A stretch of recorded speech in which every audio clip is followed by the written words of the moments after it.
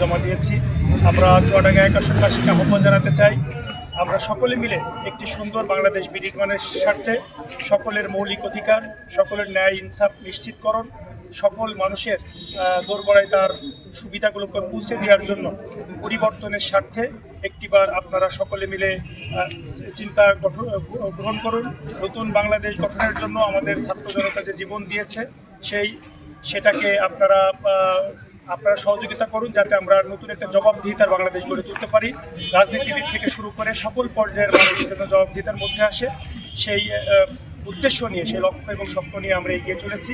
আমরা আমাদের সকল ভাই বোনদের প্রতি আহ্বান জানাই, সকলে মিলে আমরা আমাদের চুয়াডাঙ্গাকে একটি সন্ত্রাসমুক্ত, মাদকমুক্ত, চাঁদাবাজ মুক্ত এবং সবার অধিকার পাইয়ে দেওয়ার একটি চুয়াডাঙ্গা গড়ে তুলতে চাই, একটি উন্নত চুয়াডাঙ্গা গড়ে তুলতে চাই। সেজন্য সকলের সহযোগিতা চাই। আগামীর 12ই ফেব্রুয়ারির নির্বাচনে সকলে দলে দলে ভোট সেন্টারে আসবেন। ভোটাধিকার আমাদের মৌলিক অধিকার, সেই অধিকার আপনারা প্রয়োগ করবেন এবং এর মধ্য দিয়ে নতুন বাংলাদেশ গঠনে আপনারা সকলেই সক্রিয় ভূমিকা পালন করবেন, সকলেই দাঁড়িপাল্লায় ভোট দিবেন। সবাইকে ধন্যবাদ। আসসালামু আলাইকুম ওয়া রাহমাতুল্লাহি। সম্মানিত 2 নম্বর আসনের ভোটারবৃন্দ, সম্মানিত জনগণ, আপনারা লক্ষ্য করেছেন আমরা আজকে 2 নম্বর আসনে ত্রয়োদশ জাতীয় সংসদ নির্বাচনের প্রার্থিতা আমরা জমা দিলাম। আপনাদের সকলের আকাঙ্ক্ষা পূরণের জন্য আমরা কাজ করতে চাই। আপনাদের সকলের ভালোবাসা নিয়ে আমরা এগোতে চাই। এই অঞ্চলের মানুষের আবেদন আমরা অনুভব করেছি, সেটা নিয়ে আমরা থাকতে চাই। আজকে আমরা এই নমিনেশন পেপার জমা দিয়েছি। আমাদের সাথে 24 জুলাইয়ের শহীদ মাসুদ রানার গর্বিত স্ত্রী আছে, শহীদ শাহরিয়ার শুভর বাবা আমাদের সাথে আছে। এই শহীদদের নিয়েই জুলাইয়ের যে স্বপ্ন, সেই স্বপ্ন আমরা বাস্তবায়ন করতে চাই। 54 বছরে না পাওয়ার যে বেদনা আছে, সেই বেদনা আমরা ভোলাতে চাই। যদি আল্লাহ আমাদের রহমত করে, যদি ভোটাররা আমাদের রায় দেয়, তাহলে তার উপর ভিত্তি করে নতুন যে বাংলাদেশ হবে, সেই বাংলাদেশ হবে ক্ষুধামুক্ত, দারিদ্র্যমুক্ত, বৈষম্যমুক্ত, দুর্নীতিমুক্ত।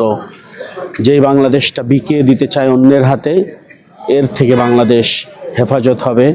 আপনারা আমাদের জন্য দোয়া করবেন। আল্লাহ হাফেজ। ভাই, একটা প্রশ্ন আছে। গতকালকে আমরা দেখলাম বেশ আলোচিত একটি বিষয়, আপনাদের সাথে জামাত ইসলামের সাথে এনসিপি যোগ দিয়েছে। এর আগেও 8 দলীয় জোটে ছিল। সব মিলিয়ে আসলে পরিস্থিতিকে কিছুটা উত্তরণ, মানে চেহারা পাল্টাবে, কি মনে হয়?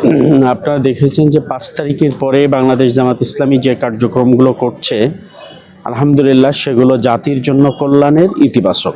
আমাদের আমিরে জামাত বলেছেন, যারা দুর্নীতিকে না বলতে পারবে, আমরা জোটে নির্বাচনী এই সমঝোতায় তাদেরকেই নিতে পারি। তো এনসিপি আর আমাদের জোটের ব্যাপারটা এরকম না যে এক দল আর এক দলের সাথে মিশে গেছে, তা না। আমাদের চাওয়া পাওয়া, আমাদের স্বপ্ন তাদের স্বপ্নের সাথে মিশে গেছে। এই জন্য আমরা একসাথে পথ চলতে চাই। আমরা বিশ্বাস করি জুলাইয়ের এই যোদ্ধাদের নিয়ে আমরা নতুন বাংলাদেশ গড়তে পারবো। ধন্যবাদ। চলো কথা বলেন না। উন্নয়ন জাতীয়তাবাদী দলের পক্ষ থেকে নির্বাচন জমা দিয়ে আমরা বের হলাম। আগামী 12 তারিখে ত্রয়োদশ জাতীয় সংসদ নির্বাচন, সেই নির্বাচন আমরা শৃঙ্খলার সাথে সুষ্ঠুভাবে এই নির্বাচন আমরা শেষ করব। প্রশাসনিকভাবে আমরা যে সহযোগিতা চাই, সেই সহযোগিতা ইনশাআল্লাহ আমরা পাবো বলে আমরা আশা করি এবং আমরা সুন্দর এবং সুশৃঙ্খলভাবে 12 তারিখ পর্যন্ত এই নির্বাচন আমরা শেষ করতে চাই এবং আগামী দিনে জয় পরাজয় জারি হোক না কেন, আমরা মাঠের পরিস্থিতি আমরা স্থিতিশীল আমরা দেখতে চাই। প্রশাসনের ভূমিকা আমরা নিরপেক্ষ দেখতে চাই এবং নির্বাচনে যে নিরপেক্ষতা এবং যে মানে উত্তেজনা ইতিপূর্বে আমরা বিভিন্ন মহলে যে আমরা দেখেছি ইতিপূর্বে যে নির্বাচনগুলোতে, আমরা চাই যে একটি ভিন্ন ধরনের নির্বাচন। এখানে সম্প্রীতির কোনো অভাব থাকবে না। এখানে প্রশাসনের যে দায়িত্ব সেটা পালন করবে। আমরা প্রার্থীর আমরা যে কার্যক্রম আছে তার বাইরে আমরা যাওয়ার চেষ্টা করব না। সবকিছু মিলিয়ে আমরা সুন্দর একটি পরিস্থিতি এবং সুন্দর একটি নির্বাচন 12 তারিখে আমরা আশা করছি ইনশাআল্লাহ। প্রথমেই চুয়াডাঙ্গা জেলা বিএনপির পক্ষ থেকে আমার প্রিন্ট এবং ইলেকট্রনিক মিডিয়া সাংবাদিক ভাই বোনদের জানাচ্ছি আন্তরিক শুভেচ্ছা। আপনার সময় ব্যয় করে আমাদের বক্তব্য নেওয়ার জন্য এখানে এসেছেন। দ্বিতীয় হচ্ছে জনগণের দীর্ঘদিনের যে প্রত্যাশা, সেই প্রত্যাশা অনুযায়ী 2026 সালের 12ই ফেব্রুয়ারি যে নির্বাচন হবে, সেই নির্বাচনে জনগণ যেন নিঃসংক চিত্রে ভোট কেন্দ্রে যেতে পারে এবং তাদের ইচ্ছা মতো ভোট কেন্দ্রে ভোট প্রয়োগ করতে পারে, এই প্রত্যাশা আমাদের সবার। আমরা আশা করি যে 12ই ফেব্রুয়ারি যে নির্বাচন সেটা জনগণের প্রত্যাশা অনুযায়ী হবে এবং ওনারা ওনাদের নিজের ইচ্ছা মতো ভোট কেন্দ্রে যেয়ে ভোট দিতে পারবে। আমরা বাংলাদেশ জাতীয়তাবাদী দল বিএনপির প্রতিটা নেতা কর্মী আমরা আচরণবিধি মেনে চলতে চাই। আজকে আপনারা দেখেছেন আমরা যখন মনোনয়নপত্র জমা দিয়েছি, নির্বাচন কমিশনের যে নির্দেশ 5 জনের বেশি উপস্থিত না হওয়া, আমরা 5 জনে উপস্থিত ছিলাম এবং আমাদের অনেক সিনিয়র নেতৃবৃন্দকে আমরা নিতে পারিনি। তার জন্য তাদের কাছে আমি দুঃখ প্রকাশ করছি, কিন্তু আমরা মনে করি যে আচরণবিধি মেনে চলা আমাদের সকলের দায়িত্ব এবং কর্তব্য। সর্বশেষ বলতে চাই, এটি সুন্দর নির্বাচনের আশায় জাতি অধীর আগ্রহে অপেক্ষা করছে। আমরা আশা করি একটি সুন্দর নির্বাচন। আমাদের প্রস্তুতি নির্বাচনের তফসিল ঘোষণার আগে থেকেই শুরু হয়েছে।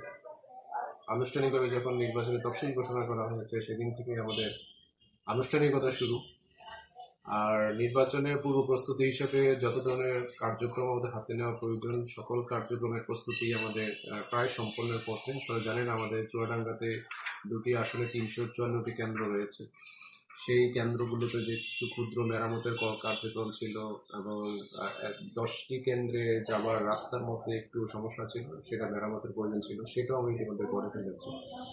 এবং কেন্দ্রেরও ক্ষুদ্র মেরামতের কিছু প্রয়োজন ছিল। আমাদের এখানে 354টির মধ্যে 354টি স্থায়ী কেন্দ্র, কোনোটি অস্থায়ী কেন্দ্র নেই। ফলে আমরা ওই দিক দিয়ে প্রস্তুত আছি। আমাদের ইতিমধ্যে সহকারী প্রিজাইডিং পোলিং অফিসারেরও প্যানেল তৈরি হয়ে গেছে। আর নিরাপত্তার বিষয়ে পুলিশ, বিজিবি, আনসার, সেনাবাহিনী মাঠে কাজ করছে। আশা করি ইনশাল্লাহ সকলের সহযোগিতায় আমরা ভালো নির্বাচন জাতিকে উপহার দিতে পারব। আচরণ বিধিমালা প্রতিপালনের জন্য প্রতিটি উপজেলায় এক্সিকিউটিভ ম্যাজিস্ট্রেট নিয়োগ করা আছে। তারা প্রতিদিন এই আচরণ বিধিমালা কেউ ভঙ্গ করছে কিনা সেটা তারা দেখছে। যেখানেই দেখছে সেখানেই তারা আইন অনুযায়ী ব্যবস্থা নিচ্ছে। এখনো পর্যন্ত আমরা ইনশাল্লাহ নির্বাচনের জন্য পরিপূর্ণ প্রস্তুতি নিয়ে আছি।